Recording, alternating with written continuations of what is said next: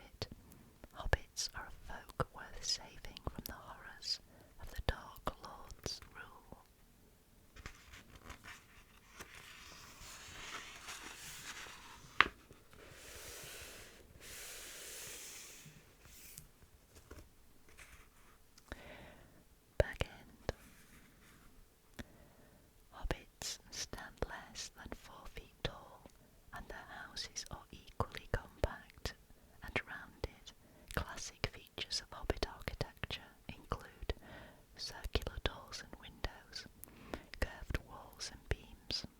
Their owners set much store by pleasant furnishings and local craftsmanship, specialising particularly in finely turned and polished wood and in skillful cabinet making. Hobbit holes are devoted to comfort and hospitality,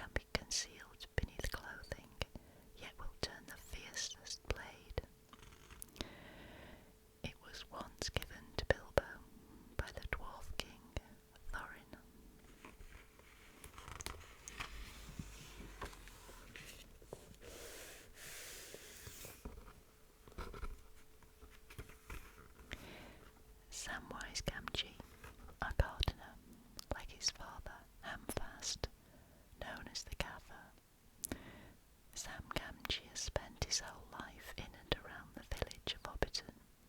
Although he has explored the neighbouring areas of the Shire with his friends on mushroom gathering expeditions and vegetable raiding forays, he has never travelled further afield, even though he has been entranced by Bilbo Baggins' exciting tales.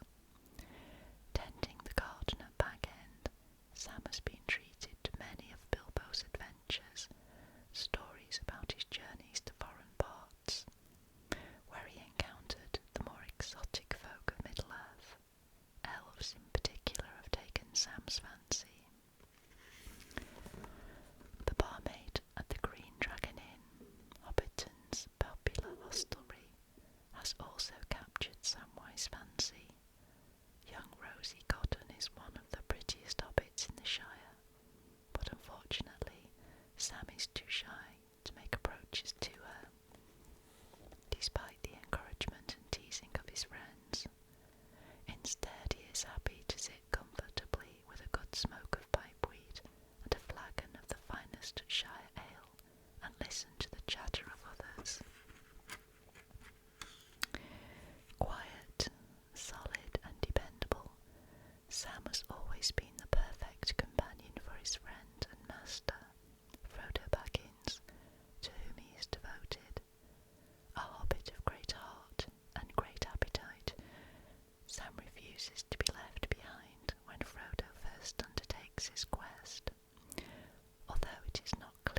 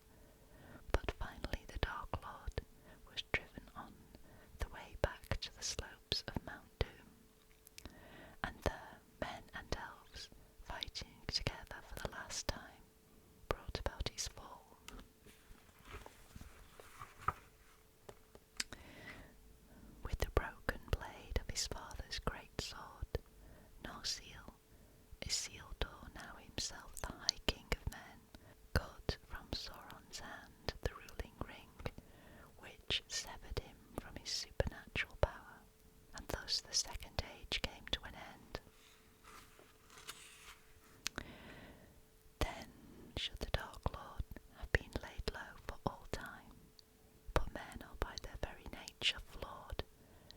Instead of destroying the One Ring, Isildur desperately coveted it and decided to keep it for his own use, and for the good of his kingdom, declaring that it should henceforth be the heirloom of Gondor, and that all those of his bloodline should be bound to its fate. And so it is that 3,000 years later, in the third age of Middle-earth, his descendant Aragorn, son of Arathorn, last chief of the Dunedain, and heir to the Gondorian kingdom, is to find his own destiny tied to the fate of the ring and the quest to destroy it. Isildur fell to an attack of orcs at the Gladden Fields, and the ring was lost into the waters of the Anduin. With his death, the race of men was left kingless, and since that time has dwindled and split into different factions and tribes. The Easterlings, the Haradrim, now support the Dark Lord, the Rohirrim, who dwell in the grasslands and mountains bordering Fangorn Forest, and the Gondorians, whose capital is the White City of Minas Tirith, closest of all kingdoms to the shadow of Mordor. Never, since the fall of Isildur, have the people of Gondor taken another king.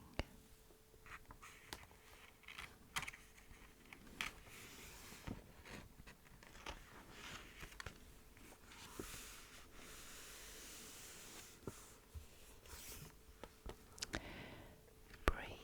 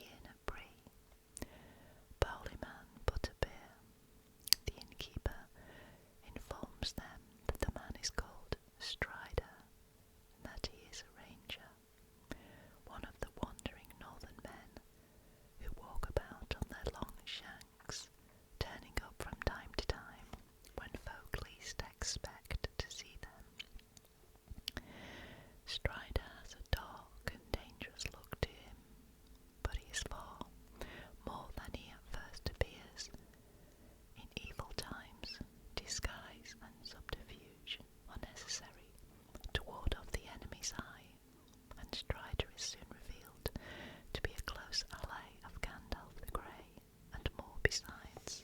The mysterious Strider has the noblest of heritages, for his true name is Aragorn, son of Arathorn, and he is chief of the Dunedain, the last remnant in the north of the ancient race of men. And although yet he wears no crown, he is a descendant of the High Kings, the heir to Isildur of Gondor. As a token of his heritage, he bears two ancient and powerful heirlooms, the broken hilt of Narsil, with which Isildur cut the One Ring from Sauron's hand, and the Ring of Barahir, a ring fashioned in the form of twin serpents with emeralds for eyes, their heads meeting beneath golden flowers, which one devours and the other upholds. Orphaned as a child, Aragorn has been raised in the house of Elrond, half-elven in Rivendell, and has long loved Elrond's daughter, the beautiful Arwen Evenstar, but she is of the long-lived elven race, and he a mortal man, and their future together requires that a terrible choice be made. Destiny weighs heavily upon Aragorn. As a member of the Fellowship of the Ring, pledged to the service of the Ring-bearer, a long quest and a great war lie ahead of him, upon which the future of the free peoples of Middle-earth depends. Aragorn, son of Arathorn, has a crucial and unenviable duty to fulfill in both before he can even begin to consider his own concerns.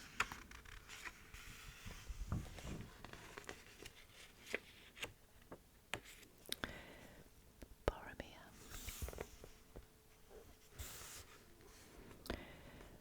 Boromir is the eldest son of Denethor, the current steward of Gondor, who holds the high seat of Minas Tirith, the capital city of Gondor. Since the fall of Isildur, son of Elendil, at the Gladden Fields, the Gondorians have taken no king, instead appointing a noble steward to cover the country until the day when the legendary heir of Isildur may return to claim the throne.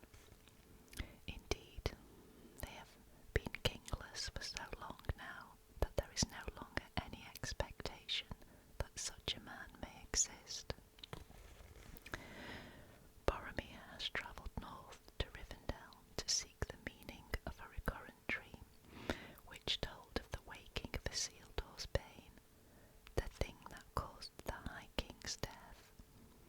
He will learn in Rivendell that this is the One Ring, now in the possession of Frodo Baggins. Gondor lies closest of all the kingdoms of Middle-earth to the shadow.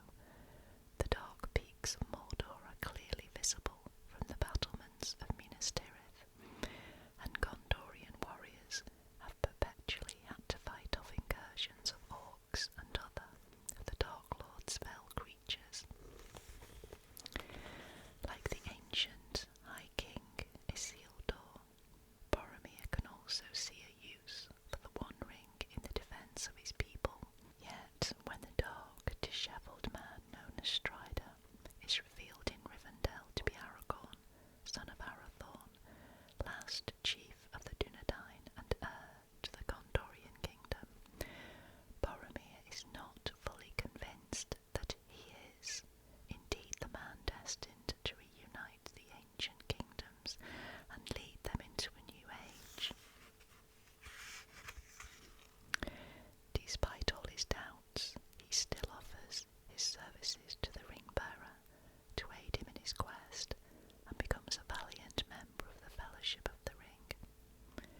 Boromir bears with him a great sword, its shield and the horn of a wild ox, bound with silver and inscribed with ancient letters. It is told that if this horn is blown in dire need, anywhere within the boundaries of Gondor, help shall at once be sent to he who blows it. But when Boromir is hard pressed by orcs, as the Fellowship his homeland for help to arrive in time.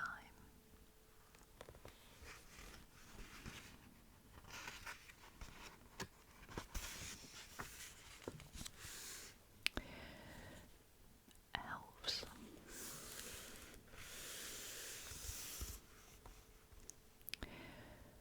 The fairest and oldest of all the races of Middle-earth, the elves are possessed of great magic and the ability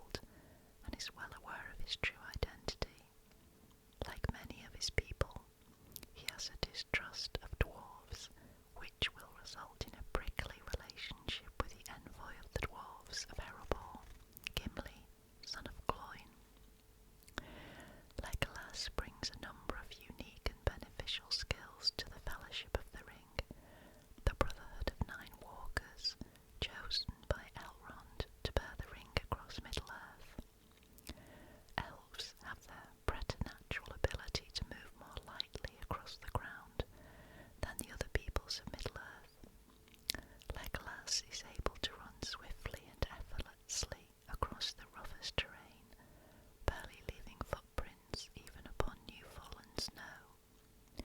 As a forest elf, he is a master of woodcraft, able to scan his environment in order to read even the most minute traces and tracks left by the birds and beasts of the world.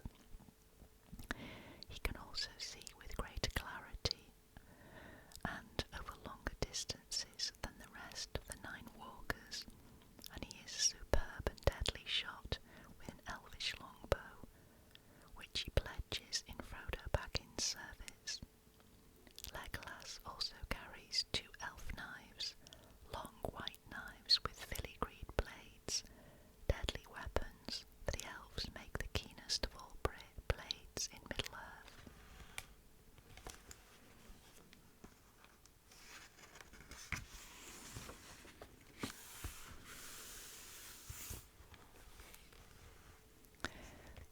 Lothlorien.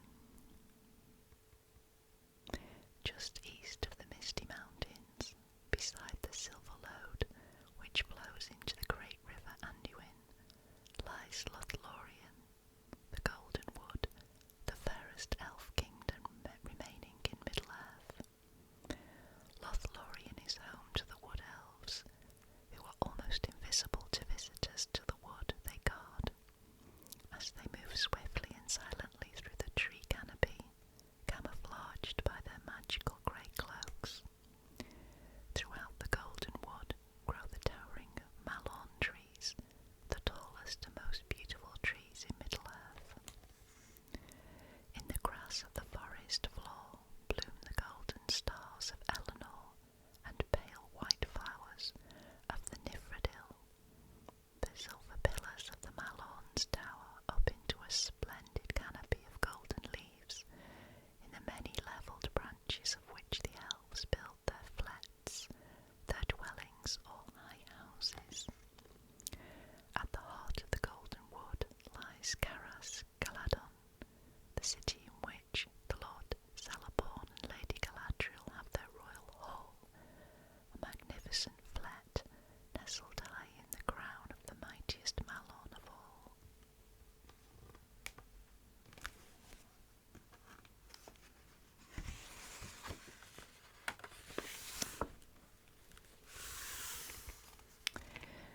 The Lady Galadriel.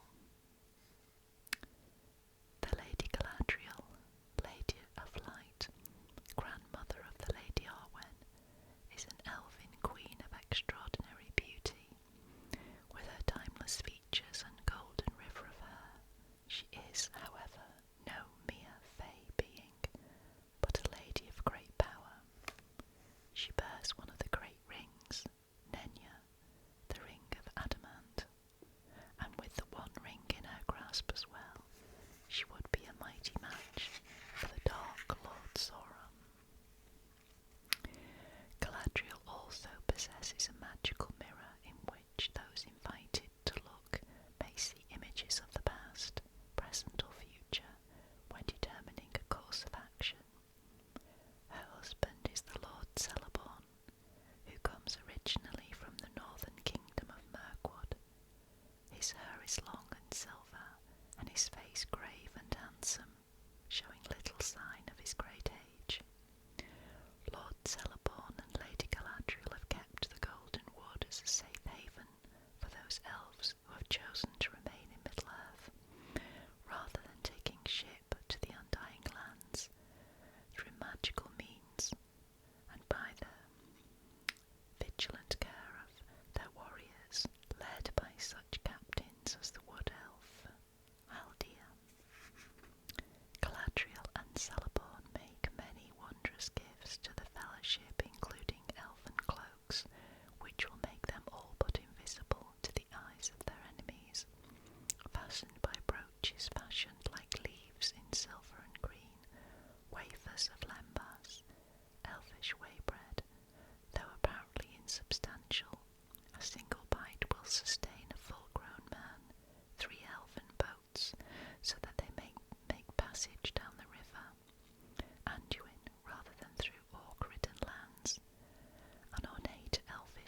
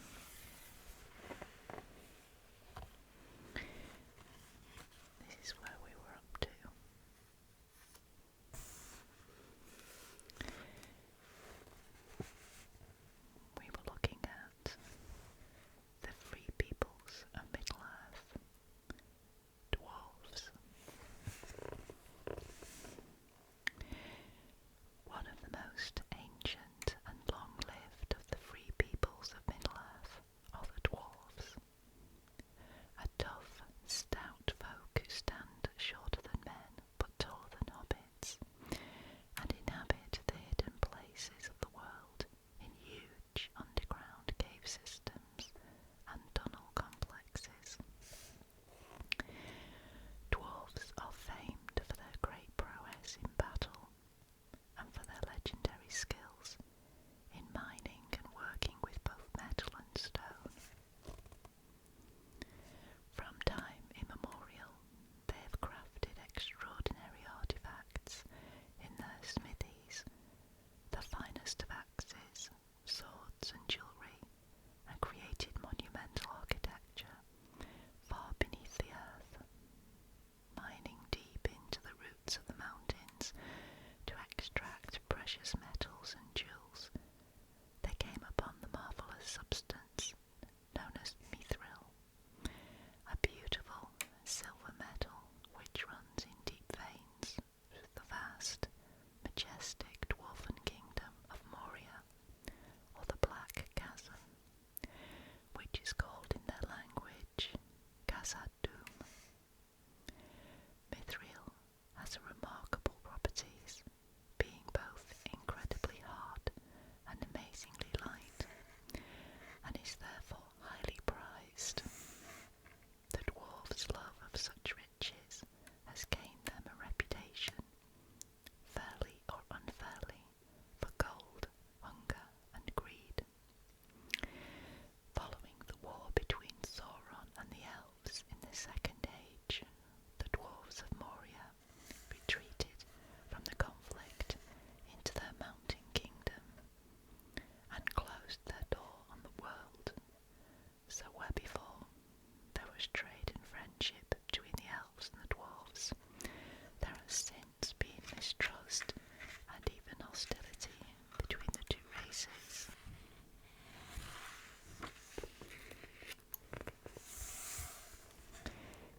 Gimli.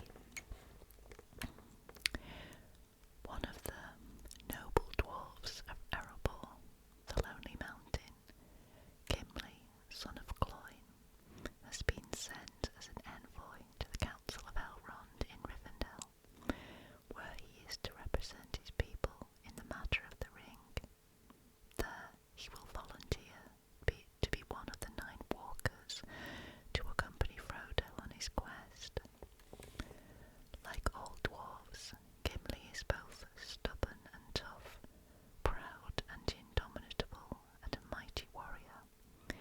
He can also be bad-tempered and cantankerous, and like many of his kin, has a deep-seated mistrust of elves and their strange and sorcerous ways.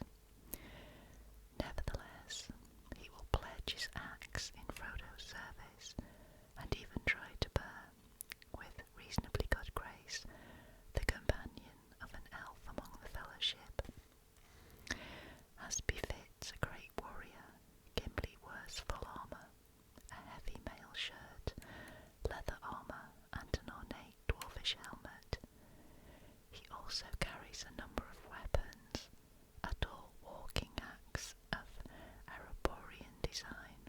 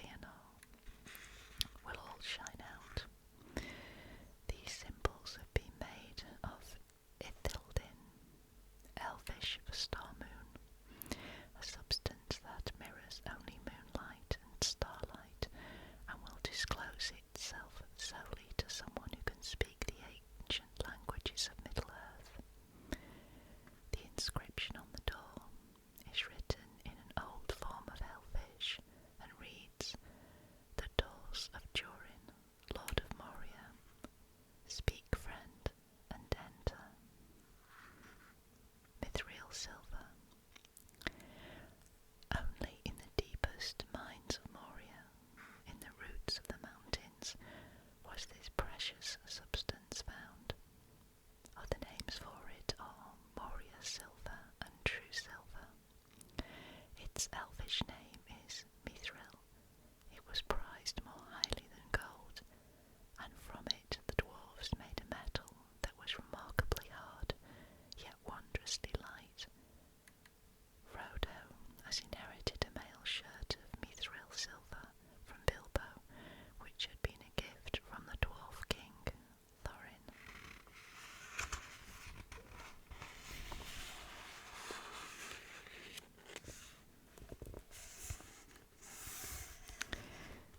The Istari. The word Istari is an elvish term denoting an order or brotherhood of wizards.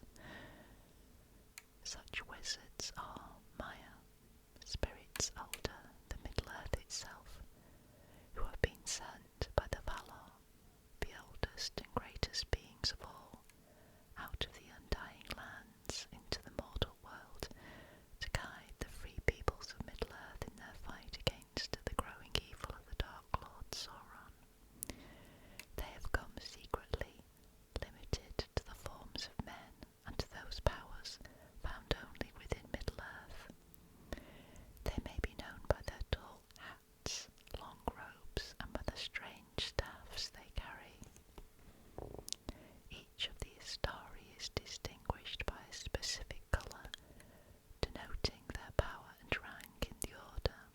Thus, Saruman, highest of the Istari, is known as the White, and wears flowing white robes, while Gandalf the Grey begins his journey through Middle-earth as a wizard of lesser power.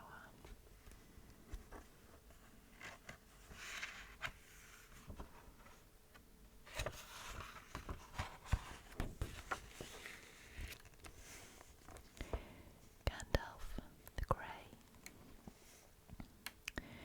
Being fond of the race of hobbits, the wizard Gandalf visits Hobbiton from time to time to see his friend Bilbo Baggins, with whom he has shared many adventures, and to oversee the safety of the Shire and ensure the shadow that stretches even further from Mordor does not encroach upon this delightfully sleepy rural backwater. But to the inhabitants of Hobbiton he is known largely as a wandering conjurer, a blower of smoke rings and purveyor of fireworks. Little do the small folk realise the true powers of their occasional visitor. They see only his outward form, that of an old grey beard, robed in a dusty cloak with a tall pointed hat upon his head, a man worn by the passage of time who uses his staff as a mere walking stick to lean upon and aid his travel. As one of the Istari, Gandalf is able to wield potent magic and is immensely knowledgeable about Middle-earth's history and the lore of its many peoples. His true age is unknown. It is Gandalf the Grey, known by the elves as Mithrandir, who will lead the Fellowship out of Rivendell at the beginning of their quest to destroy the ruling ring in the fires of Mount Doom. Although the temptation to use the ring himself must surely be strong, even though his instinct would be to use it to good purpose, Gandalf knows that the power of the ring, added to his own innate strength, would create a force too great and terrible to imagine.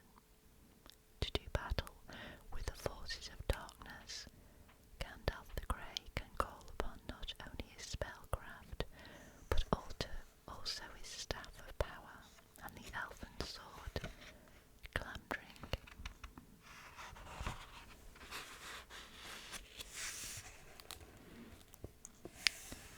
Saruman the White.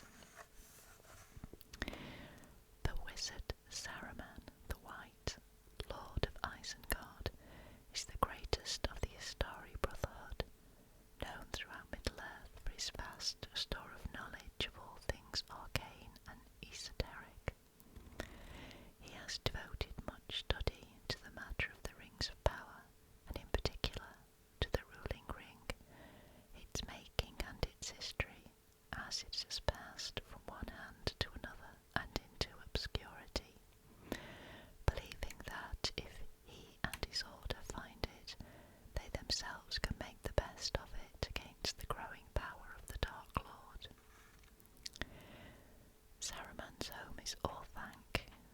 vast tower hewn from a solid pillar of unbreakable black obsidian, which rises to a great pronged spire.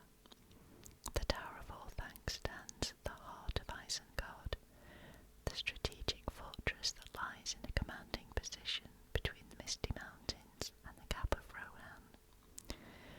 Its main defence is a natural ring wall of stone that measures a mile or more from rim to rim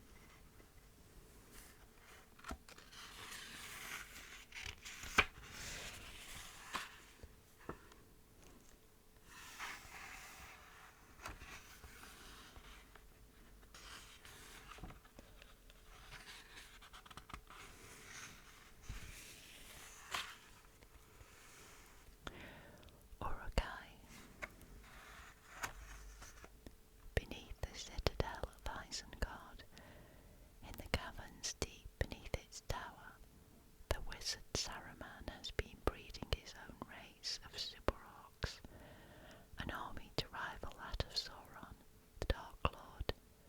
By crossing orcs with goblin men, he has created a race of creatures of unparalleled power and brutality.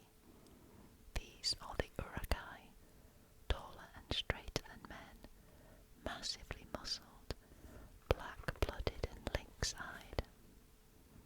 Tireless and considerably more intelligent and powerful than the Moria orcs, they are a fearsome fighting breed, with their viciously efficient straight-bladed weapons and long-range bows. Led by Lurtz, the Uruk-hai of Isengard, and easily identifiable by the mark of the white hand of Saruman, which they bear in battle.